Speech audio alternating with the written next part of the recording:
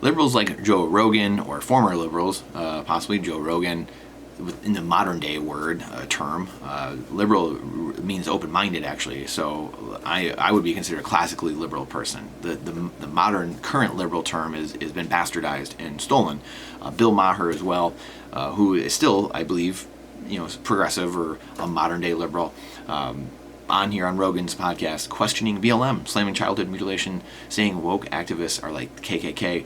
Never in a million years can I imagine. I remember 10 years ago, being very involved in this and no hope, thinking there was no hope. Now things like Bitcoin, taking money, separation of money and state. We had the separation of church and state. Now we have the separation of money and state. Now we have the separation of media and state. We have Nostr and Ghost, Zion, these platforms that cannot be censored. They're built using new protocols, decentralized protocols, with the Bitcoin network. And it's never been better than we have it now. A way that the government and centralized companies cannot take things down. We'll talk about Liberty Safe here as well in a separate video, but never have we seen something like this where we have people that are turning now and starting to come back to objective truth. They're coming back to reality. We now have this. We are now seeing this with people like Russell Brand, Joe Rogan, Dave Rubin, Bill Maher, people that have changed over the years. I believe Jason Whitlock might have been more of a current day liberal, and now is obviously very conservative or very freedom-minded. So this is never would we have thought this would be the case of these people speaking out like this against woke politics, unpolitically correct or not politically correct ways of thinking and talking. And it's because the pendulum has swung so far to the Marxist side, to this being awoken, as Jimmy Song says, to your oppressors, that it's going to swing back hard. It's coming back the other way. People are starting to realize, understand, this can't last. We can't be working in dealing in this world of craziness.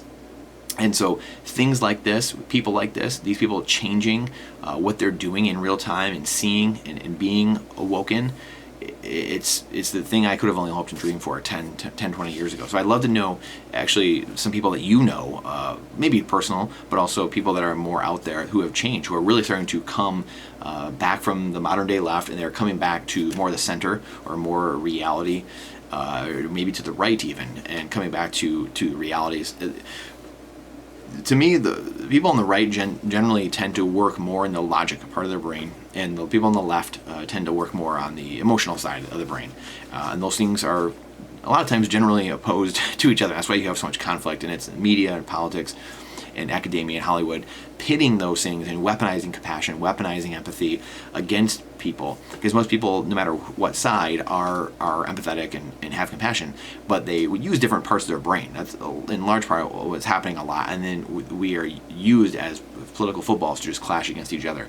So people like this, again, starting to see the reality and starting to realize, the people like Nayib Bukele in El Salvador, or Joe Rogan, or others, I'm trying to think of someone right now, who are seeing Bitcoin and being orange-pilled in real time and starting to understand, people getting red-pilled, starting to understand that the governments of the world have become these massive monopolies on violence. They've become monopolies on truth. They've become monopolies on dang near everything, and censorship, and the censorship industrial complex, the academia industrial complex, as Jimmy Song says as well, the military industrial complex, really running everything from the top down, and it's the bottom up that is changing. And people like Joe Rogan and different podcasts, Russell Brand with millions and millions of followers, getting millions and tens of millions, hundreds of millions of views and listenership. This is what changes.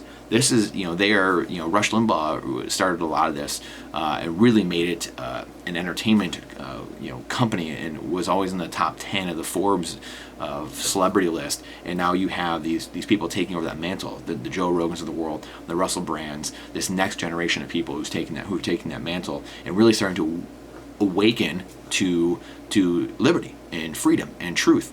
What Ron Paul's been preaching about for so long, right? The founding ideals that made this country great and gave freedom to all people, or secured that right. We're all guaranteed right, self-evident, life, liberty, pursuit of happiness. And governments are there to work at the consent of the people and to help secure those rights, period. So I appreciate you. Please share us out. Let me know your experience of maybe people I've missed that are changing in that in real time, and have a different perspective now than they did, and are moving more to subjective truth. So I'd love to know that, or maybe friends and family you have that are seeing that as well, because I have family as well, and friends that are seeing that light. Were never political in the last 3 years. Now they're very awake as well, and starting to understand this shift, and starting to fight back against the darkness that has been plaguing us. So I appreciate you. Thank you for coming to my TED Talk. The algorithm hates truth, so please share this out. Trust but verify. Question everything with boldness, even the existence of God himself. It's not financial advice, it's freedom advice, and I will see you on the next one.